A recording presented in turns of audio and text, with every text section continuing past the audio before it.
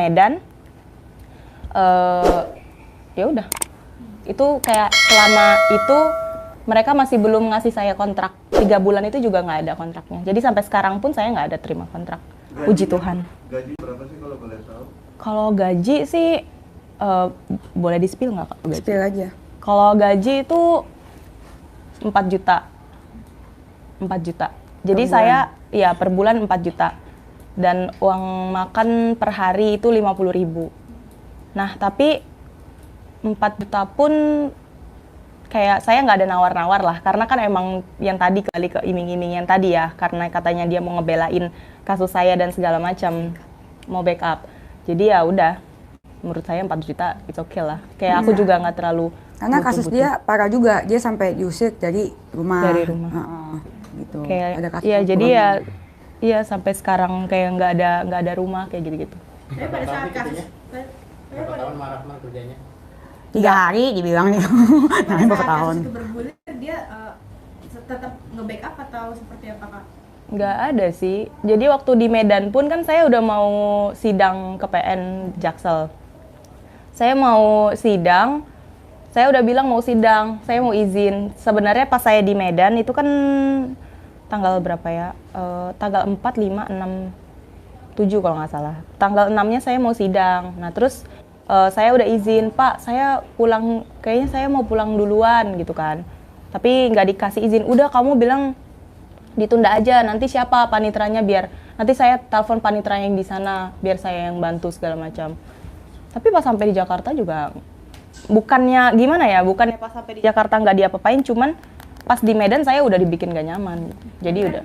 Ini kan klien-kliennya aja kan dibikin gak nyaman dengan tekanannya beliau yang emosional. Mungkin kakak kerja sama dia sama nggak sih perlakuannya, emosional juga, tekananku juga. Tekanan tuh lebih nggak nekan ke saya, karena saya juga kalau kerja emang bener-bener kayak rapi, semuanya beres, kayak dia nggak minta apapun saya yang duluan kerjain kayak gitu.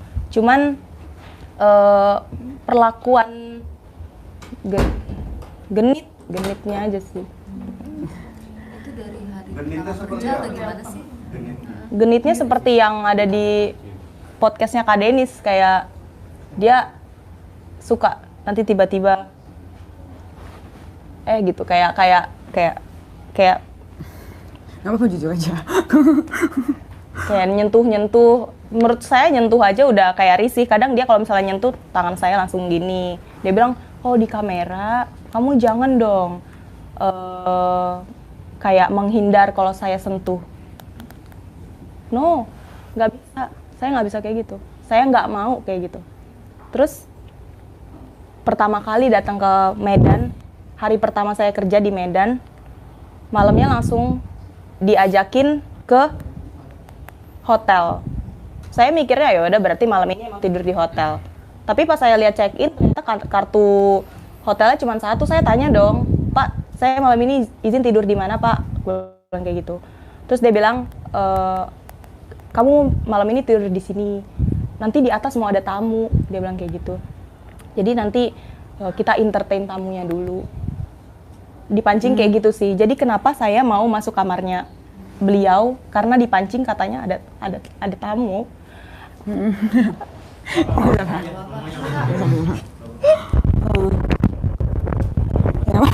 Katanya ada tamu, tapi bohong. Mungkin sebagai wanita Iya. bisa blow up apa yang Ada tisu. aku ada. Justru dong.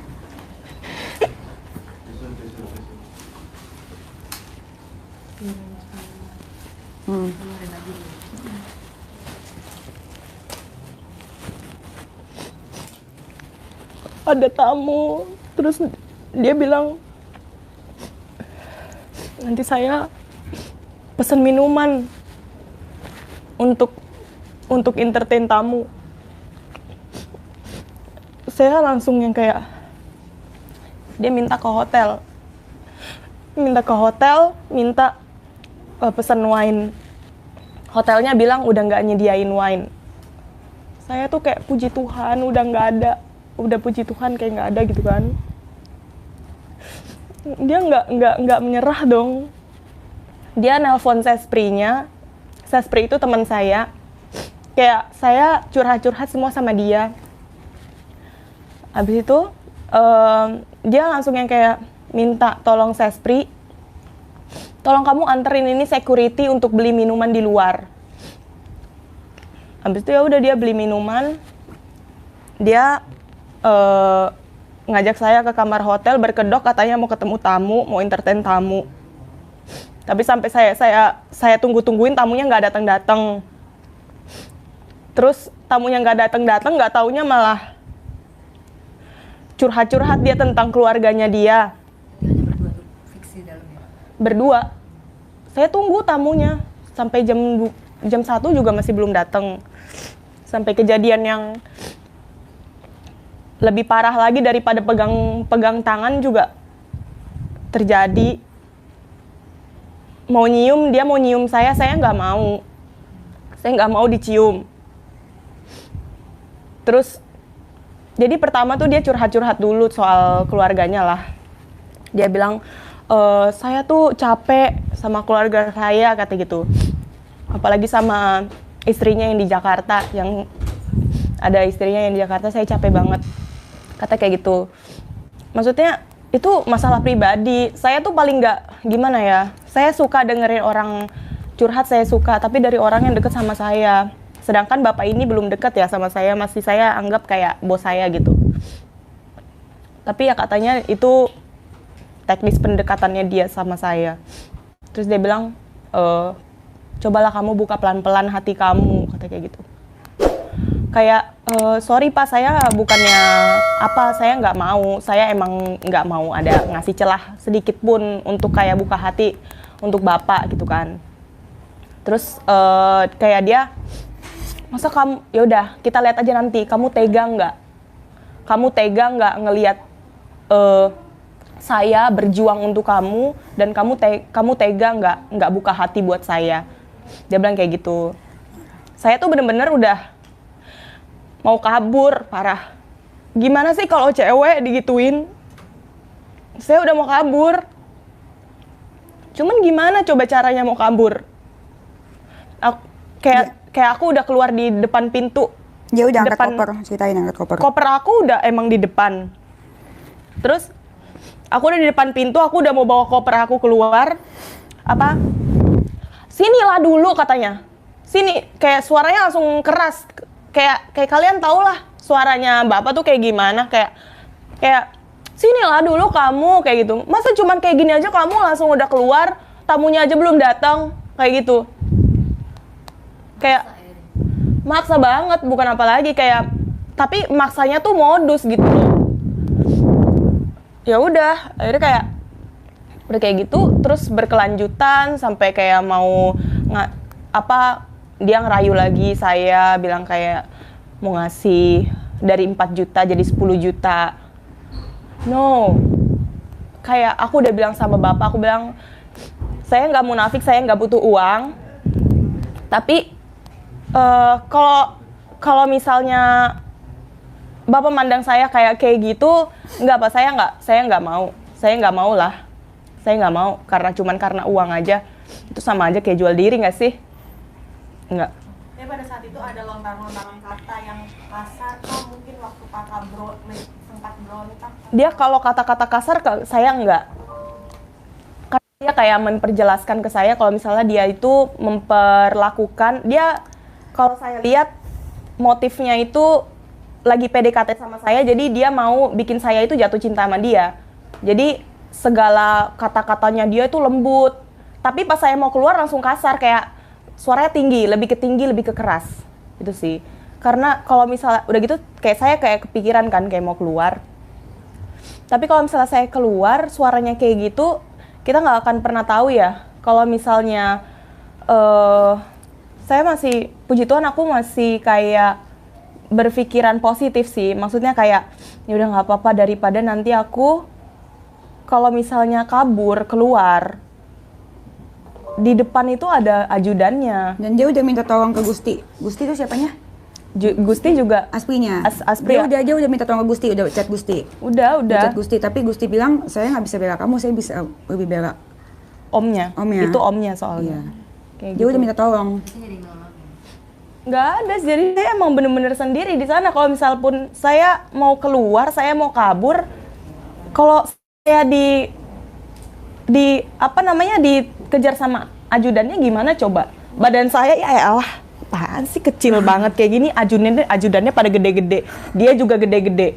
Bisa aja kayak saya dibunuh situ diem-diem. Siapa yang tahu? Nggak ada yang tahu. Tapi akhirnya Nggak terjadi apa-apa kan maksudnya kalau itu hanya ngobrol-ngobrol biasa atau Ngobrol-ngobrol biasa, tapi pelecehan? pelecehan. terjadi. Pas udah ngobrol-ngobrol dia PDKT segala macem, dia bilang dia pusing gitu kan. Terus jadi dia curhat-curhat, udah curhat-curhat segala macem, dia request sama saya, kamu bisa nggak? Ini salah satu bagian dari pekerjaan kamu, dia bilang gitu. Iya, apa tuh Pak? Gitu kan. Coba tolong kamu cariin dulu video bokep untuk saya. Masa kerjaannya kayak gitu? Coba tolong aspri di luar sana, coba kasih tahu saya. Ada pernah disuruh cari video bokep nggak? Tapi ya udah, katanya kan itu that's part of the job. Aku dengan berat hati ya udah nggak apa-apa lah, cari ya. Saya cari terus saya kasih, dia nonton di depan saya. Posisi kakak di depannya apa di sebelah dia? Di sebelah nih, kayak sebelah-sebelahan gini nih. Bapak tuh sebelah kanan, saya sebelah kiri. Jadi dia nonton di depan saya, dia pakai sarung, pakai kaos hitam. Saya masih inget, kaos hitam pakai sarung. Terus dia udah nonton, itu sambil dengerin lagu, tapi dia sambil nonton video itu. Terus dia nonton, dia ngomong gini,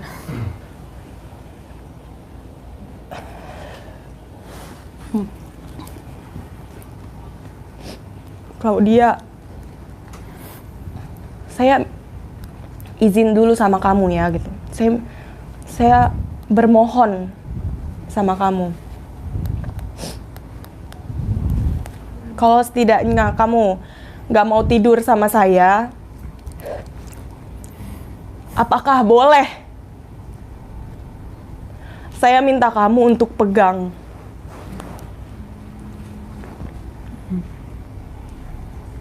Tolong, kamu tahu kan caranya kayak gimana? Ditarik tangannya. Ini masih minta sama. izin dulu. Ya minta izin gitu. Kamu tolong. Maaf Pak, nggak bisa, nggak mau. Terus kayak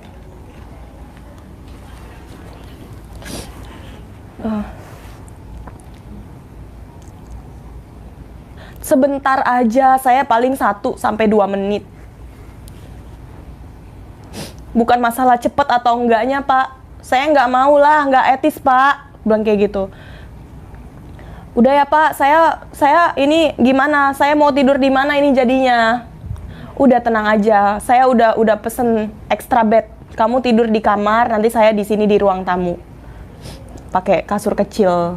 Extra bed kan nggak tau lah, pokoknya kecil. Nanti kamu tidur di kamar, kamu tenang aja, saya nggak bakal ngapa-ngapain kamu. Tapi tolong penuhi dulu hasrat saya. Emang itu tanggung jawab saya dalam hati. Terus kayak saya nggak mau, langsung kayak tolong pegangin gitu kan. Nggak mau, aku udah tarik-tarikan. Emang bener-bener aku tuh kejadian di Medan tuh udah kayak anjing sama kucing gitu loh. Kayak bener-bener aku nggak mau, kayak aku tarik-tarik tangan aku. Terus kayak, Masya Allah, masa kayak gitu aja kamu nggak mau sih? Kayak gitu aja, dalam hatiku kayak gitu aja, apanya?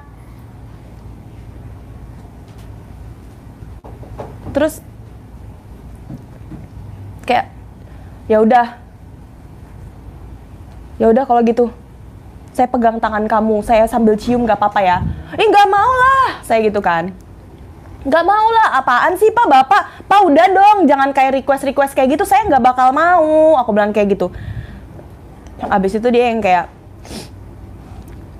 ya sudah kalau gitu biar saya aja ya langsung keluarin gitu kan. Abis itu udah saya kayak, aduh apaan, dia langsung kayak gini-gini nih, kayak gini 1 menit. Nggak tahu ya, mungkin pas udah rasa-rasa mau keluar dia langsung yang kayak, kayak pegang tangan aku kayak gini-gini. Terus kayak, gimana sih? Tapi kakak nggak berusaha dari situ pengen keluar lah gitu. Pengen lah, aku udah berdiri sambil tarik-tarikin tangan aku, tapi dia udah kayak gitu, terus kayak dia nariknya kenceng. Aku udah bilang, kekuatanku kayak gimana sih? Kayaknya abis ini kita harus nge-gym, Kak. Iya, tapi emang dia itu sih menurutku sih sangat menjijikan ya. Dan terlebih lagi dari seseorang yang selalu mengucapkan berkedok agama di depannya. Dan dia bisa ingatan hot money itu ternyata dia sendiri lebih parah. Parah lah, nggak boleh lah. Ini dia aspri loh. Kayak di situ aku tujuannya kerja, kayak aku tujuannya di situ kerja. Masa kerjaannya harus kayak gitu? Ngocokin punyanya bosnya, ciumin bosnya, giving him morning tech kisses. No, nggak mau, nggak bisa. Gimana ya ngasih taunya? Gitu sih, paling kayak menurut aku itu udah pelecehan seksual sih, Kak. Itu pelecehan ah. Mbak, sempat konsultasi ke istrinya nggak sih, Mbak? kalau aku jujur aku nggak enak sama ibu. Karena takutnya nanti dia malah berpikiran, kau yang mau. Kau lah pasti yang mau, kau yang goda-goda bapak, pasti gitu. Jadi saya lebih curhat ke yang temen, dan saya tuh sebenarnya nggak terlalu suka curhat ya. Saya nggak suka curhat, tapi saya ngomong unek-unek ini ke sespri saya untuk minta tolong, sejujurnya untuk minta tolong. Maksudnya, ayo dong bantu aku gitu, untuk biar setidaknya jangan tidur bareng sama bapak, jangan malah kamu support bapak untuk beli minuman, malah kayak aku dijebak, aku kayak ditaruh di dalam kamar, terus kayak ya kayak dijebak lah, kayak dia udah tahu gitu loh kayak tujuan omnya tuh apa, tapi malah dia yang kayak lebih parah lagi, yang kayak aku udah curhat-curhat kayak gitu dia ngomong gini, maklum Kak, dia cowok. Siapa itu ngomong? Gusti. Sespri. Dan saksinya juga ada. Saksinya kan ada. Cowok kayak gitu. Enggak kok, aku yakin cowok di luar sana nggak semuanya, maaf ya, brengsek. Pasti ada yang baik kok. Sempat ngilangin trauma berapa lama, Mbak? Kalau trauma tuh susah nggak sih? Ini aja kayak aku ceritain, kayak reka ulang tuh masih kayak aku ngerasa aku yang rusak gitu loh. Gimana nanti kalau misalnya aku kayak udah mau punya suami, terus kayak mamanya kayak tahu kalau misalnya aku udah pernah tidur sama cowok, walaupun nggak yang kayak ngapa-ngapain ya, tapi kan itu tetap aib nggak sih? Terus kayak trauma. Kayak aku pengen sih tujuannya kayak pergi ke psikiater, tapi apa sih sekarang aku non-job, aku nggak ada job apa-apa. Sama Rasman kemarin aja apa sih, mana ada aku dikasih uang. Uang apa sih, cuma 1 juta itu aja udah bangga. Aku udah kayak tidur sampai jam 3, bangun jam 5. Dikasih cuma 1 juta, 2 juta. Seminggu.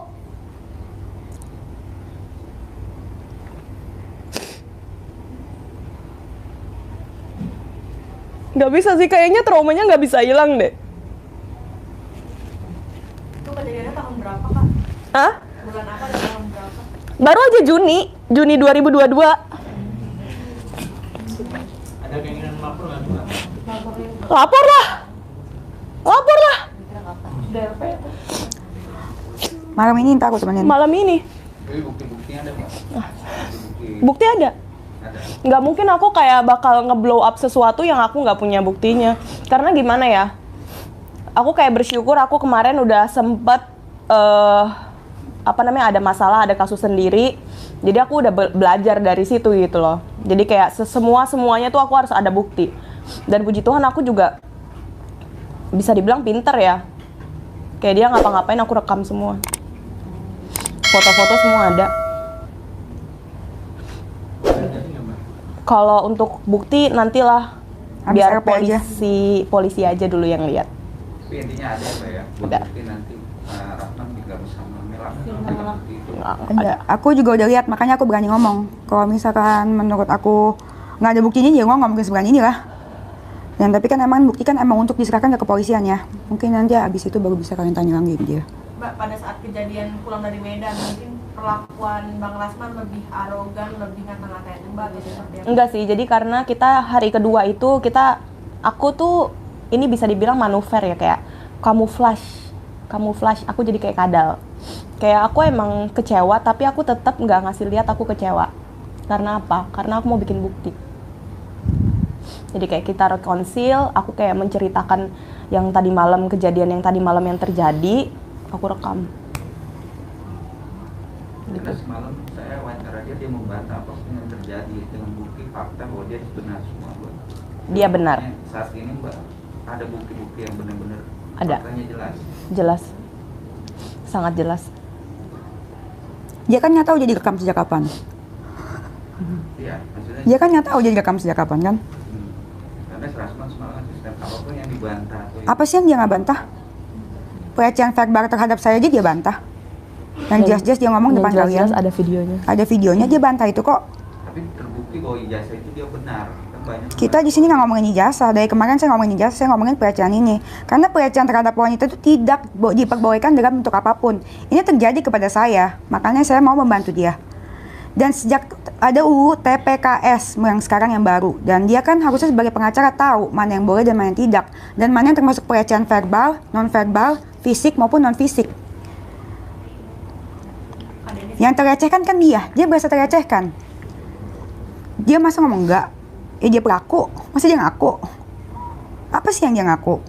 Nah, ini mungkin pertama kali ketemu sama Kak Claudia ya. Kak Claudia seperti apa sih Kak sampai akhirnya berani ngomong ke media Kak Deni? Dia cerita, jadi awalnya tuh aku kan bikin awalnya tuh ke podcast sendiri ngomongin ini. Ada di podcast aku yang tentang aku ada ngomongin dia. Iya. Aku ada ngomongin dia. Terus dia mungkin trauma, dia tersinggung juga sama aku. Terus aku sempat nyari dia. Terus dia nggak mau ngomong. Kan aku udah bilang kan yang ada aspinya Rasman itu disuruh beresin celana dalam bekas. Celana dalam. Karena memang dia disuruh beresin celana dalam dan aku tahu infonya itu bukan dari dia. Nah, terus segitu dia aku dia Aku ngerasa kontak kayak terus sakit. segitu dia bilang katanya itu bukan cerita yang sebenarnya, cerita yang dia pengen ngurusin gitu. Karena dia memang juga disuruh beresin celana dalam. Kan itu bukan tugas Aspri lah. Masa beresin celana dalam kayak gitu. Dan aku ketemu dan dia memang kemarin pas cerita sama aku di itu juga ketemu di restoran nangis juga. Terus aku bilang ngapain lu mau tangisin, lu mesti hadepin lah. Kalau gua kan verbal, mungkin memang dia lebih berat. Cuman daripada lu nangis di kamar ya lu harus menghadapi. Dan speak up juga gunanya ya bukan untuk apa-apa, gunanya biar untuk mencegah ada korban-korban lainnya. Soalnya dia nggak merasa bersalah, itu yang gua kesel. Nah yang kayak lu bilang tadi, dia nggak merasa. Kalau manusia normal, yang apalagi ngomongnya semuanya bawa-bawa agama, ya lu pasti berbuat baik lah. Berbuat baik, jangan lu berkedok agama, tapi tingkah laku lu menjijikan banget terhadap cewek. Sumpah, gue jijik. Gue lihat fotonya, gue dengar voice note-nya, gue jijik. Rasman itu parah. Gue berani ngomong karena gue udah lihat. Masa iya kalau misalkan gue mau ngomong kapan sih podcast gue yang Asbun, mana ada kan selalu benar semuanya. Kalau nggak benar, belum pasti nggak gue keluarin. Dan ini ada dan dampaknya ada. Orang sampai trauma gimana?